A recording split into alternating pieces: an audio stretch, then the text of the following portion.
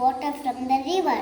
Suddenly, he slipped and fell down in the river. And Dove was sitting on a tree. Dove plucked the leaf and put it on that river and jumped on that and came out in the river. And said to Dove, turned to Dove after a few days and saw Anta aiming the arrow to Dove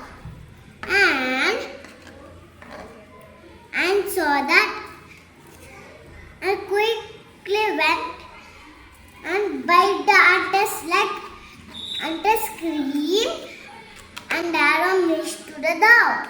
This time Ant was saved the Dove. And both became good friends and went on happily.